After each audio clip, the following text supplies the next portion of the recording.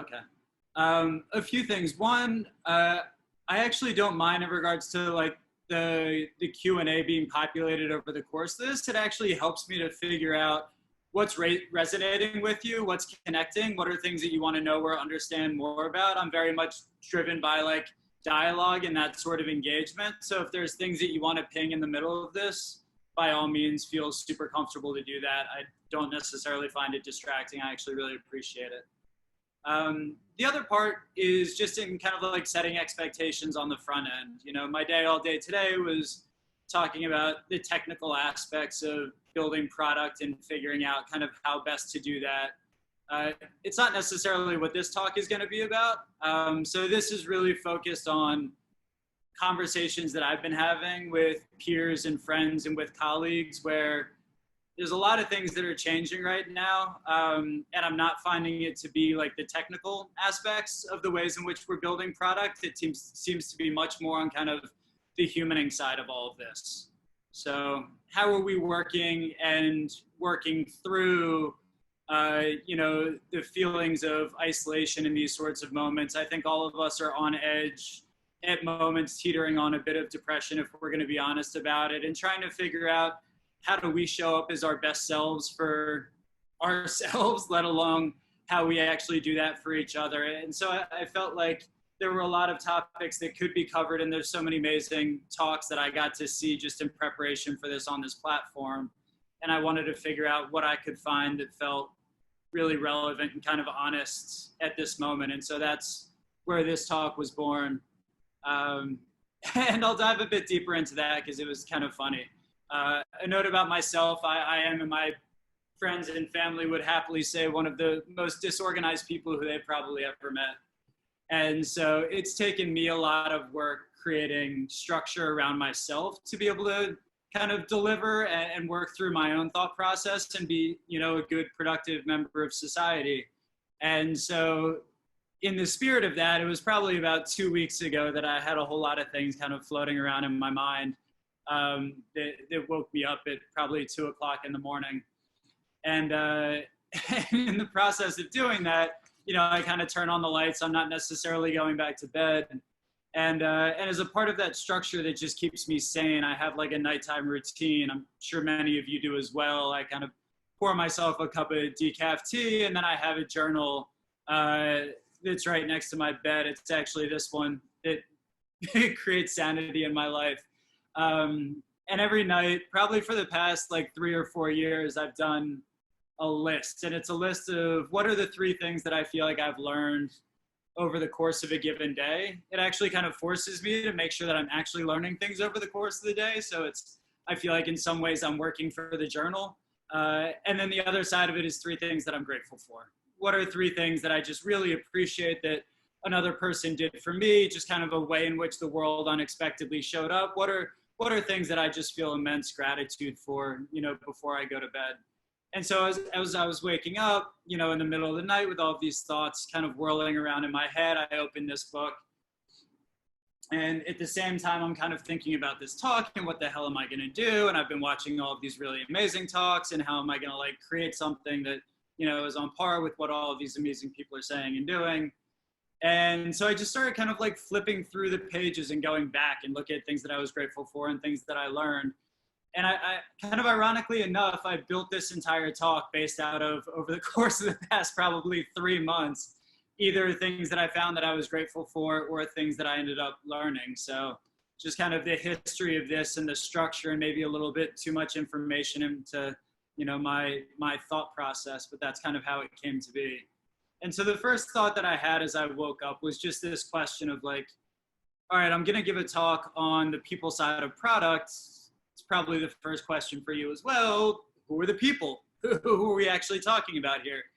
And so I created this, you know, moderately hideous drawing that made me tremendously happy and just helped again to like find structure there where there wasn't necessarily any. And so it helped me to think not only about who are the people that are important that I spend time kind of engaging and connecting with, and whether it's for the sake of learning, whether it's for the sake of influence, whether it's for the sake of just doing really cool shit together, who are those people who are super important that are in my ecosystem? And I also wanted to frame this through the lens of what are you going to get out of this? So I'm thinking about it both as, you know, a small business owner and the different stakeholders that I need to be engaging, but also, you know, as a product manager, who are the people within your ecosystem that you're thinking about and having considerations for? And I'm not making the claim that all of these things are kind of even, right? Clients and internal stakeholders, not necessarily say the same thing, but I think that there is a lot of overlap and hopefully really useful information in these. So these 7 different people or groups of people are the ways in which I kind of broke out the chapters for this talk. And the way I'm structuring this is really thinking about, A, like, what are the values that I learned in flipping back through those chapters that connect to these different groups? And 2, what are stories that it makes me think of? What are things that over the course of my experiences in my life either have made me tremendously happy, maybe have made me feel heard and appreciated in a moment where I felt wildly insecure, kind of screwed up. So it's really just kind of thinking about what are the moments where social dynamics stood out to me in a really significant way. I want to create a bit of a dialogue in the stories around those and talk about some of the insights that I found. Just my personal speaking style, I guess, is a framing for everybody surrounding this. I like to think about things through the lens of, like, yes, I have points of view and perspectives. I also have more open questions and kind of things that I'm trying to figure out than I do answers. So yeah, some of this is going to be, you know, insight that I've figured out over these years, and some of this is going to be things that I'm still wrestling with and hoping I ultimately have answers to. And so in kind of the Q&A piece, I think as you're asking questions, if you have thoughts or ideas that are responding to some of the questions that I'm putting out there, by all means, please share those as well. I'm excited for this to be a bit of a dialogue and, you know, for us to create some thoughts and ideas together. I certainly am not naive enough to think it's all going to come from me. So with that, I think we can jump straight into it. So I'm going to go into the you and me part, because I feel like this is really important and really significant right now. You know, and this is also just kind of the starting of my story. So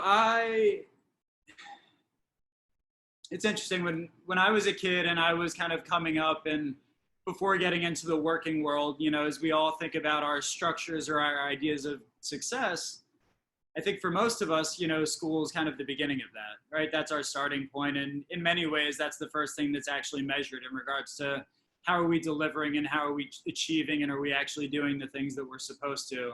And school for me was an utterly miserable experience. My ability to focus, my ability to retain information and kind of like regurgitate that's something I struggled with tremendously. And it was super hard. And then even transitioning into kind of like middle school and high school, like I just barely skated by on all of that stuff. And it really wasn't until college where I started to find like organizations and given groups where I had the opportunity to lead a group of people that I started to find any sort of semblance of success. And for me, there was a lot of like, that's why I was joking in Steven's intro about like, what have I learned? I've learned things through Pixar movies and through my therapist. I learned that, you know, I got pretty screwed up in regards to so much of my self-esteem was based on these aspects of my mental abilities that I wasn't necessarily able to control, right? This ability to retain information and then kind of spew it back out on demand.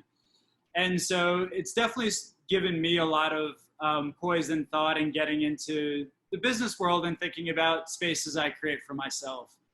And so in the process of going through, you know, not necessarily feeling validated, starting a business, feeling a lot of friction and frustration around like not being able to deliver the ways in which I wanted to, largely from this kind of lack of ability to focus, it gave me a really strong sense of appreciation on how important it is to be able to find and connect with people who have skills and abilities that are complementary to your own. And I think the thing that took me a long time to realize wasn't necessarily that, right? It wasn't that ability that, you know, complementary people are really important. It was that the need for me personally that nobody else could give me was the ability to be able to own my own narrative and own my own story around those things that I felt most insecure about. but were also the most important areas where if other people didn't understand my gaps there, or the areas where I wouldn't necessarily be able to deliver, it would be hard for them to figure out kind of how to cover me. And so I would say over the past maybe like 2 to 3 years, I've invested a ton of time in figuring out how do I become more comfortable and more open in telling my stories, both internally and externally. Because I do think that as we're looking for ways in which we can engage with other people emotionally, if we haven't done the work ourselves and if we haven't figured out our own baggage and like our own things that we're struggling with, and haven't come to a place of being able to acknowledge that work, then the rest of it is freaking impossible. And so in regards to the sizable gaps piece around you and me, I think that's the kind of starting point that I would really dive into, is figuring out that. I mean, I'm not going to get too far into it, but I went into a whole kind of getting tested for adult ADD and figuring out what that actually looks like for me on a sliding scale where 7 is a proper diagnosis. I came in at a 12. And I think it was important just to start to kind of learn and to understand, I mean, for me specifically, that there was neurological deficiencies and it wasn't necessarily around performance. But I think we all have those areas, right? There's all gaps that we're kind of like working on and things that we wish were different. And so my big learning here is that, you know, it wasn't only the awareness around it that was really important, but it was the ability to be able to outwardly communicate that and creating structures and systems then around like that ability to communicate. And so for each one of these, again, I'll tell a bit of a narrative, and that one's one of the more personal ones. But I think one of the things that I come back to, and maybe a strong suggestion that I would make in the form of a question, is just thinking about those hangups that all of us have, you know, regardless of how well we're delivering or you know, the role or the degree of external success that we've had. What are kind of those hangups that you tend to come back to again and again and again, and get really concrete on both like how would you articulate that so you're creating space for people to support you, especially at this moment in time where I think we all really need support, and then getting into a place where your personal feelings surrounding self-confidence aren't ones that are purely predicated on you figuring out how to fill that, but really creating some structures and systems that allow other people to show up and support you in that one. That one might seem obvious to many, but that's one that took me a really long time to kind of figure out. So that's number one, the you and me piece. Number two, the second chapter of this is partners and peers. And this is a fun story that wasn't fun in the moment, which I think many are, kind of like looking back. This is a story that started off in my early days of building this business. And this is a human dynamics piece that I found critically important. So in the early days of starting the company, you know, it's a small group of 5 of us that are kind of charging forward and trying to figure out how do we make a way in the world and build a brand for ourselves, and how do we do really great work that we're proud of, right? I think the things that we're all trying to do at that point. And it ebb and flows for all of us. There's moments where we're feeling on top of the world and moments where it feels like the world is really crumbling and things are breaking down. And I would say over the course of about 6 months of starting to track a little bit of data and figuring out kind of when were things going really well and where were things not, I think we started to look at some external factors. We looked at the market a little bit. We looked at our clients. We said, all right, like what's creating this roller coaster effect of things going well and things going poorly? And the big discovery there was it didn't have anything to do with anything going on outside. It had to do with the relationship that my partner and I were having in that given moment and how well we were doing together. Because if we were having conversations and in dialogue and there was that feeling of kind of like flow and fluidity within our relationship, things were freaking great. And when it broke down not just for us, but for everybody else. And I really liked Ben Horowitz's book. The name of it is escaping me. This idea around like, it's not necessarily what you do, but why you do it, or it's not about what you do, but how you do it. I'm sure somebody else in the notes could kind of drop this in so people are able to search for the right thing. But one of the things that he talks about that I really admired was this idea of radical rules. And the idea that as you think about building culture within an organization, part of it's about the things that you say and the values that you stick on the wall. And part of it's what are the behaviors that kind of go down and organizational, mythological history as things that are just amazing stories that people get really excited about. And this was one for our business, as we figured out, how do we kind of solve this problem for breakage when we're not communicating with each other and not doing a good job of doing it? And we created a standing meeting. And it was a meeting, and it seems like most things aren't necessarily solved by meetings. We can all acknowledge that, but this one actually was. And it was a standing meeting on Monday mornings, and what we called it was uncomfortable conversations. And it was an hour between the two of us, and it started off with us both just rolling in with our list of all of the shit and all of the reasons why the other person had wronged us over the course of the last week, and how they had jumped in on our BD call right as we were about to say something ingenious and completely ruin the wrong things. The hard thing about hard things. Thank you. That was, thanks, Stephen. But yeah, it's this idea of just like, you know, we're kind of coming in with a list of grievances and just being able to share this. And it created a space where, honestly, for some ridiculous reason, we were both excited to roll into this meeting. It was something that kind of gave us both joy, in part because I think we were excited by the insight. You know, after getting past the idea of feeling offended and feeling slightly hurt, we came to realize that there was a hell of a lot of learnings that started to happen. And I would say maybe as things progressed, it was probably 3 or 4 months into this that we started to realize that those lists changed a little bit. And the list started to translate from our grievances with each other to all of the things that we believed we did wrong, that we wanted to show up and apologize for, try and make amends for. And so part of that is about kind of like our social growth and dynamic amongst the two of us. But I think the other side of it is realizing that when somebody else is showing up week after week, showing you the small things that you're missing, all of a sudden you start to become much more conscious of those things, and you become aware of them, and you proactively almost scout for them in the moments. And that was something that hasn't only shown up in work. I think in the context of relationships and family dynamics, that's one that's been really important. And I think almost like a value that started to be, or has started to be internalized is, you know, I in large part think about myself as somebody who's proactively calling myself out on things and kind of trying to bring that to the table before, you know, others might. And so that, if there is the opportunity, I think, to focus really hard on personal accountability, beginning by like having somebody who is willing to go to war with you in the sense that they're willing to tell you the things that you definitely don't want to hear, but are going to do it out of love and a strong sense of kind of personal decency and integrity, and showing up in ways that you know are for your benefit. I truly think that there is nothing better than that. The other book on this subject that I really like, and I was lucky enough to see her speak, is Kim Scott wrote a book called Radical Candor. And the premise behind it, which I think fits really beautifully into this, is this idea that the amount of directness that you're able to give in feedback is directly correlated to the level of care that you have for the person who you're giving that feedback to.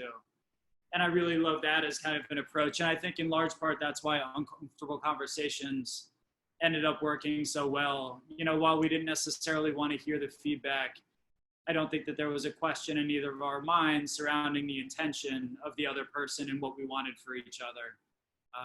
So that to me was just such a kind of important story in our history, and one that I kind of keep with me. This is super fun. I think that there's nothing more arrogant than quoting yourself, but as I woke up in the middle of the night, kind of like thinking about thoughts and ideas, I wrote something down, and then I woke up in the morning, I'm like, that is just fucking brilliant. So pardon me why I kind of run on this one. But this is something I've thought a lot about for our team as I was starting to contemplate about team members. When people know you're willing to listen, they don't need to shout to be heard. And I think that that's something that we've really proactively done a good job of focusing on. There was an interesting dynamic maybe a year and a half ago where one of our strategists, she was really speaking about her need for more financial understanding, not necessarily around a given project or even like the margins of that project, but the business holistically. And it was interesting as I was trying to find and kind of triangulate where she was coming from and how she wanted to use this. And so we got into a conversation just around like how all of this would be used and the relevancy of it. And what ended up coming out is that there wasn't any. There wasn't any real reason from a project standpoint or even from kind of, a strategic standpoint around why this was helpful. What ended up coming out is that while she's really happy here and doing what she's doing, ultimately she wants to start her own thing. And while the financials don't necessarily have to do with her being able to deliver for us as a business, it has a lot to do for her thinking about going to school as a prospective business owner in the next 3, 4, 5 years, and the sort of financial information she feels like she has to know and needs to understand in order to do that. And so that was a massive epiphany for me of like, wow, growth plans actually don't just have to do with people's roles and what they want specifically to be able to do their jobs better. It has to do with their entire perspective surrounding the rest of their life and all the things that they're hoping to and looking to achieve. And in a small operation, there's not much of an HR team. We have a team that kind of runs ops and HR at the same time. And so it wasn't a big to-do that we made out of it, but we did start to structure growth plans for people. And what we ended up doing was structuring those growth plans in 2 parts.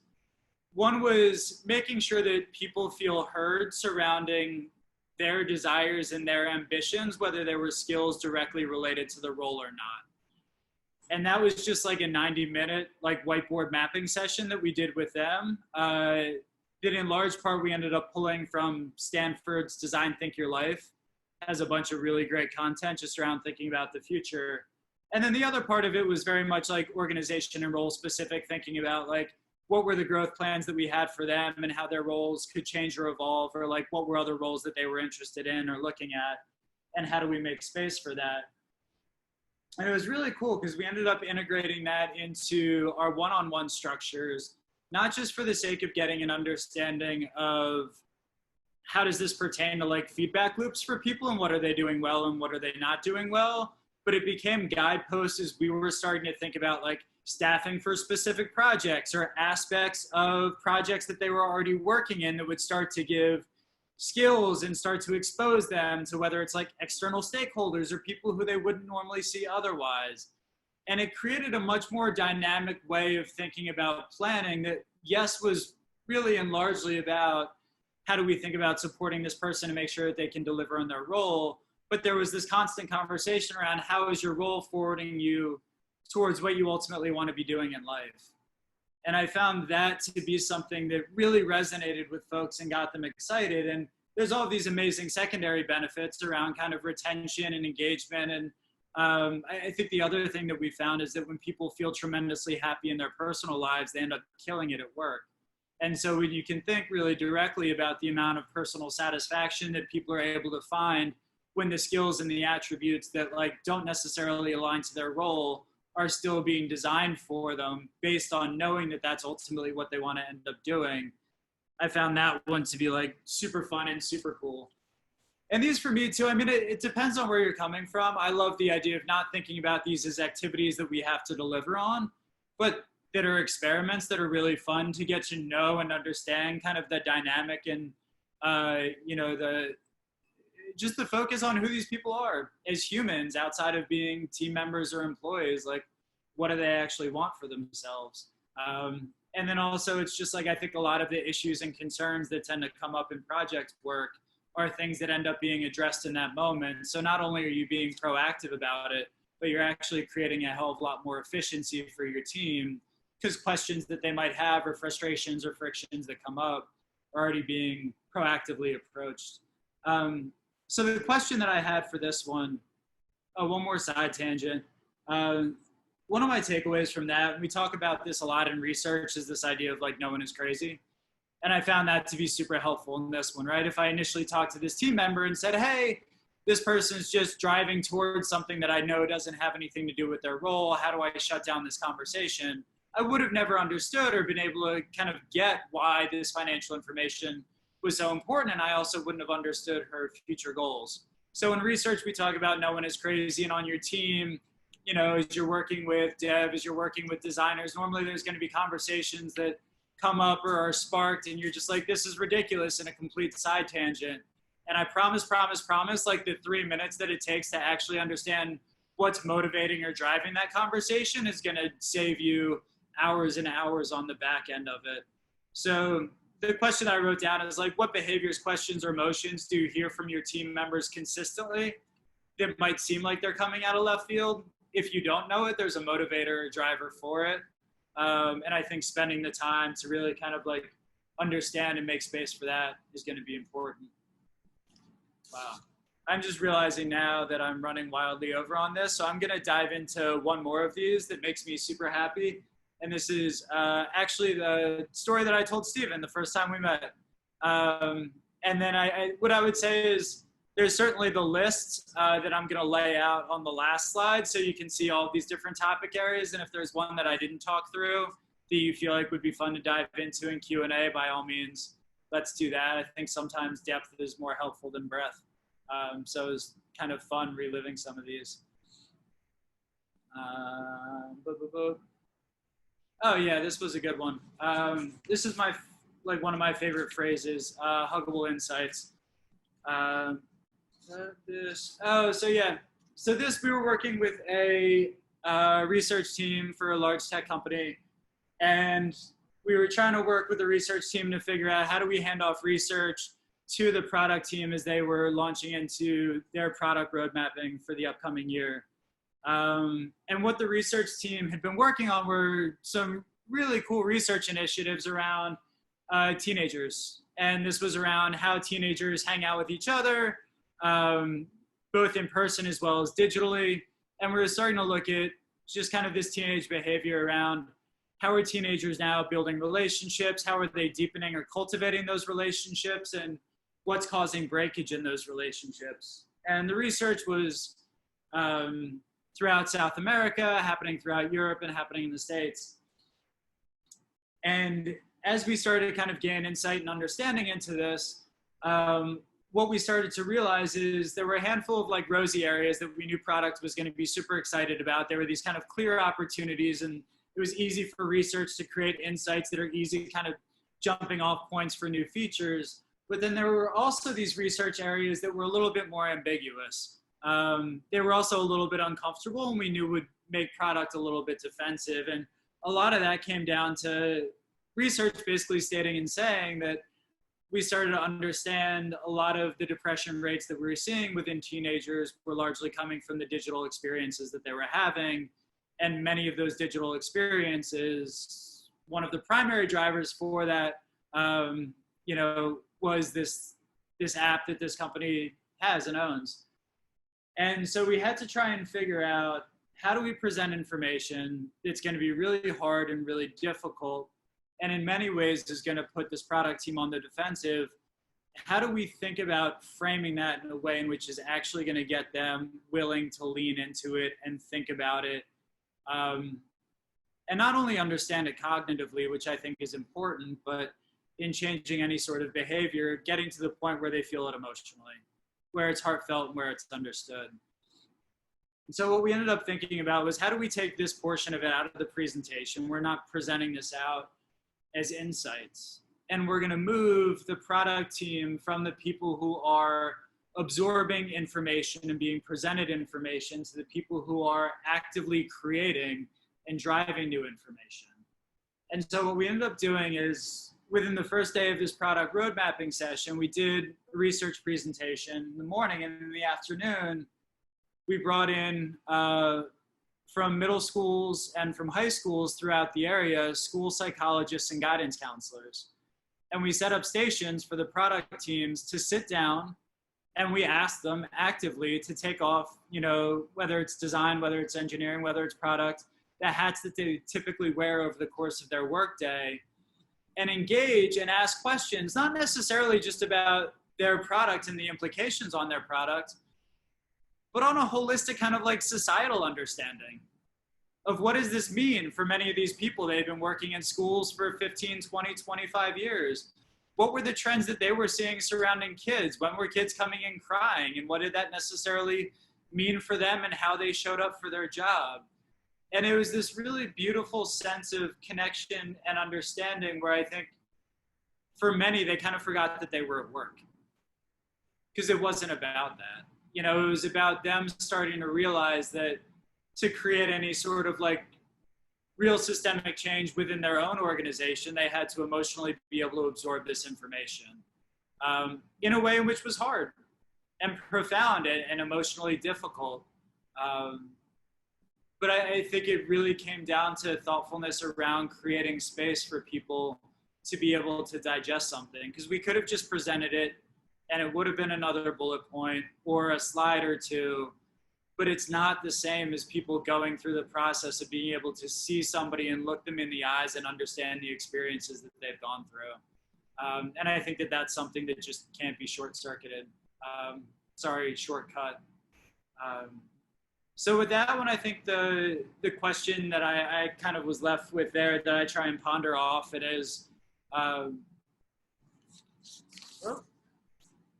this idea of like, what type of information have you found hard to share in the past? And this could be with a leadership team, right? I think we all have complaints internally with how our organizations are run or managed. And we have, you know, insights that we've developed. And oftentimes when we present them, it's out of frustration or a desire for change or wanting to make something feel different. And I think there's a really great question there of like, how can you start to bring your creative practice into the way in which you actually present information and think about it, not through the lens of how do I share this, but how do I help and support somebody else in digesting it? And so with that, there's kind of a handful of different experiments that I think are really fun to run. But I also want to make sure with the time that we have, we can jump into some of the Q&A. So I'm going to kind of pause it there and we'll just leave this up. And then if it comes out, I can speak to any one of these that feel interesting or you would want to dive into.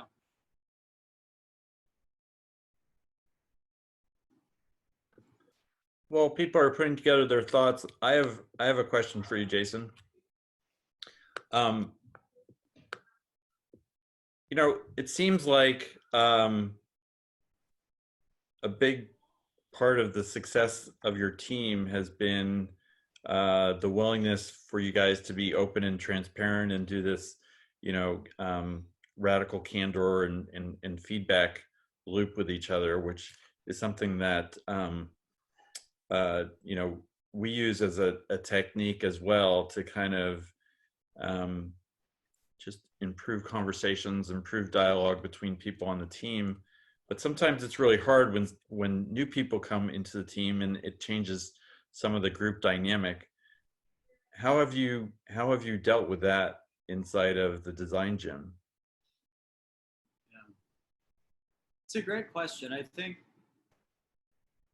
there's a few things that we've really emphasized. One is the onboarding process that people tend to go through as they're coming into the company and figuring out,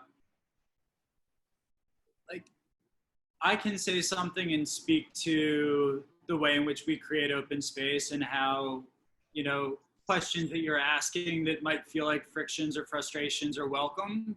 But a lot of people come in with experiences around leadership telling them that there's open space and that they should speak their mind, and then they're used to being penalized for it, whether it's quietly or very overtly. And so what I found is that creating a lot of opportunity for one-on-ones on the front end for people to be able to ask open questions to people who aren't necessarily their direct managers or leadership members on the team creates a sense of freedom to be able to say, hey, I'm hearing this, but I've seen 4 times previously that when this is said, it's not actually followed through on. And so it's, I think, kind of removing ourselves from the equation and figuring out how can new people use others within the organization to start to stress test that. And I think the thing that it creates for us as leadership is accountability. If we're spewing things that aren't true, then as soon as somebody who's new is coming in, they're going to hear from everybody else within the organization. That might be a really fun value on the wall, but it's not something that that actually exists within the culture. We had a question come in from David in the chat pane, which we'll take first. Could you talk about Bosses that are stakeholders at small startups, what works well to fix a lack of space and trust? What helps with stated desires to not be involved with everything, but actual behavior of being involved in anything they don't like? Okay. I'll begin with the kind of the first half of that question. So thinking about what works well to fix a lack of space and trust within an organization. I think the first part of that is being able to have one-on-one conversations with the people who you feel like have broken that sense of trust with you, and doing it in a way in which isn't coming at it from a place of placing blame, but thinking about it more through the lens and starting to get somebody to open up surrounding the behaviors that you feel like they're exhibiting that are actually breaking that trust.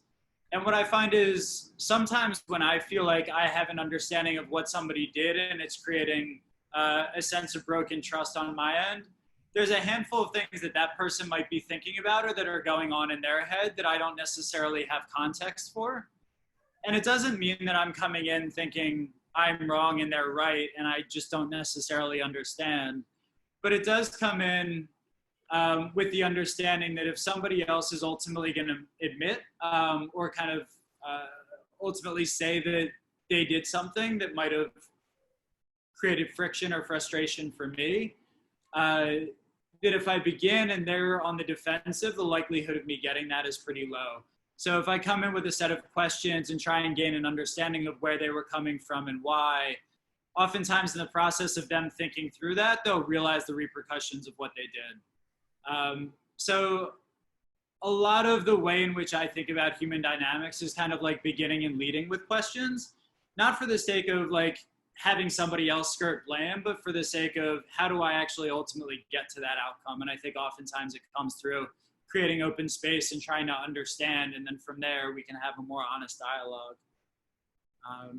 The other thing too, I would say is in those sorts of small companies, when somebody is really pushing to model that sort of behavior, other people pay attention and notice. And so I think that that could be a really great place for you to play as you think about those places where trust is being broken. How do you start to model that behavior yourself? And I think that that is an area where people will really start to take notice and kind of show appreciation for you, especially if it feels different from the existing culture. Great answer. Have you found remote work, video conferencing to be a barrier to the openness and radical candor? And how do you overcome it? Yeah. The thing that I've found is that one of my superpowers is the ability to read people. So I feel like I have a pretty strong understanding of like body language. So people could be in a meeting and we're all sitting in a room together and somebody is, you know, engaged and kind of nodding their head, but then I watch their body language completely change as they walk out of the room and they felt like they had to show up for the meeting, but I can clearly see that they're pissed off about something that they're not willing to communicate. So it makes it really easy for me to go and have a conversation with them afterwards. I have no idea whether that's happening or not in these sort of virtual scenarios. So I find that I have to be much more blunt and much more direct in question asking surrounding how people are doing and just actively asking for permission around that. Saying like, hey, I'm not trying to dig for something that's not there, but I know if I don't ask, based on my inabilities to be able to see how you're doing, I'm just not going to know. So, I mean, don't mind me being a little bit abrupt, but you know, how is this feeling for you? If I were in your position, I could potentially see frustrations here. How's that showing up for you? So I do feel like this is a moment in time, again, going back to that Kim Scott model, not even just around giving feedback, but I think asking questions. It's a really great moment to be able to create space to say things that are more blunt, more direct, as long as people know that the intention is right.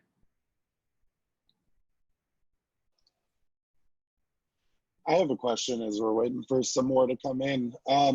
Have you found in your experience that it's been more on the hiring side of building this culture or the environment you're creating once you have a team in there that like leads to this openness, empathy, ability to have these conversations and focus on people? Yeah. I think it's a combination of the two. The single biggest factor that I look for in hiring is self-awareness above all else. So the ability for people to be able to not only look at their resume and kind of pull apart moments where they feel like they didn't do well, and not like I am overly ambitious and that's my greatest flaw, but like people talking about stories where they really screwed things up kind of actively and being able to own it. And not just doing it in kind of big public failures, but doing it in small engagements and small interactions. So I think once the self-awareness people are there and that's something that is valued, then once you start to come into the culture, I think there's a sense of if people are acting or behaving in ways in which feel like it's starting to be a bit at odds with some of the openness and the transparency, it makes it easy for people to have dialogue and conversation with each other and kind of have checkpoints. And in many ways, honestly, we brought people in the past and that just was not for them, right? There was a feeling of we don't move fast enough because people can't just use communication as a blunt instrument and say whatever they want and have people get on board with it. And they realize that there's actually a fair bit of nuance and energy and like emotional effort that goes into finding a way to say something that gets somebody on board and has them care and feels thoughtful. So yeah, I think our organizational culture, we do a lot of great things, but it also has drawbacks. Like we're not going to be able to move as swiftly or efficiently as many other organizations can because we do prioritize and really value creating space for this sort of work.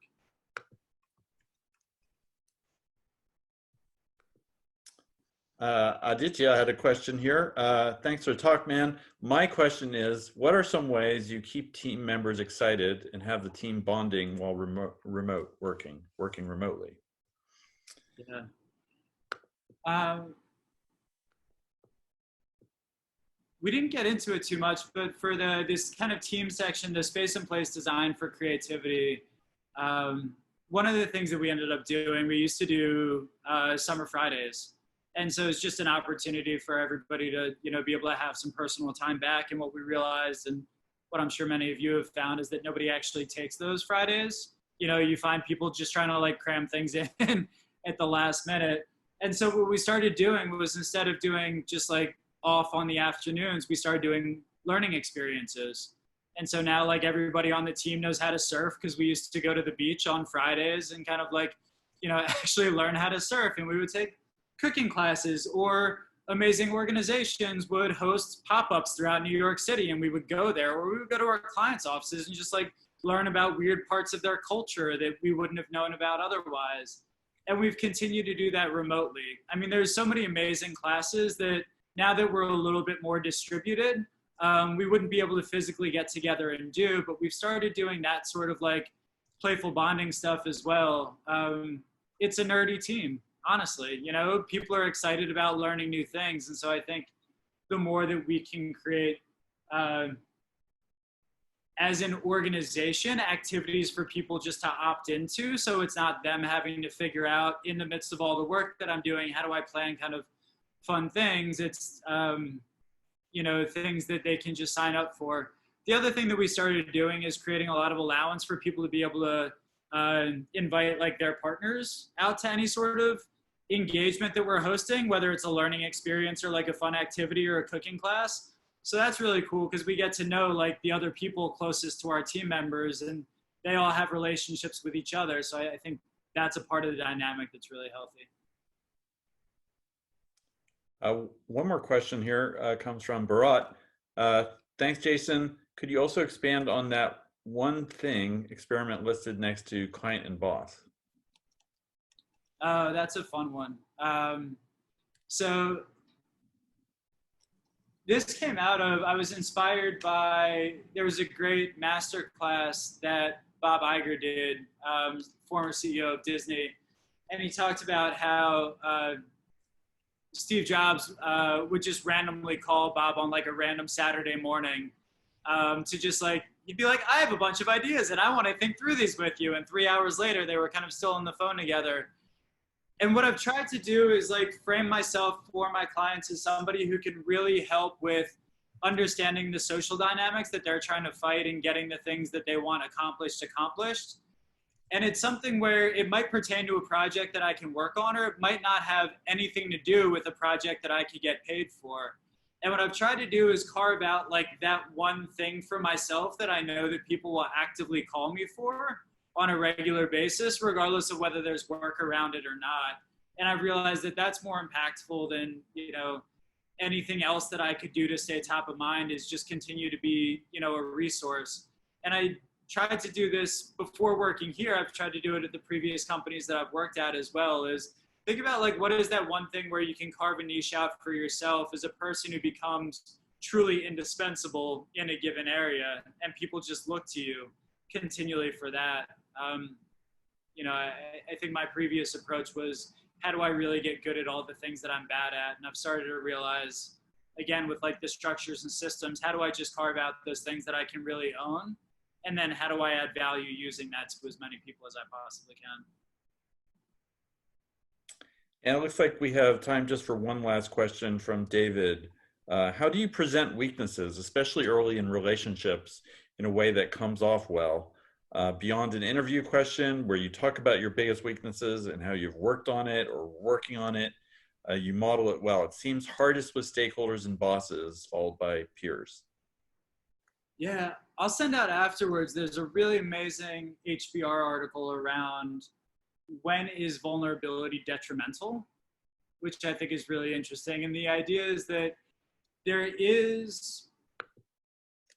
vulnerability is something that is seen as an incredibly strong attribute once there's a proven track record of delivery.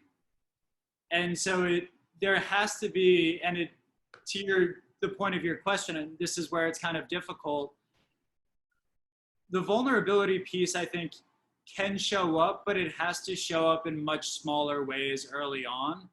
And I think that there are ways to balance not having it be something that feels like it's BS or just kind of like a throwaway, like actually showing an honest part of yourself that's really vulnerable.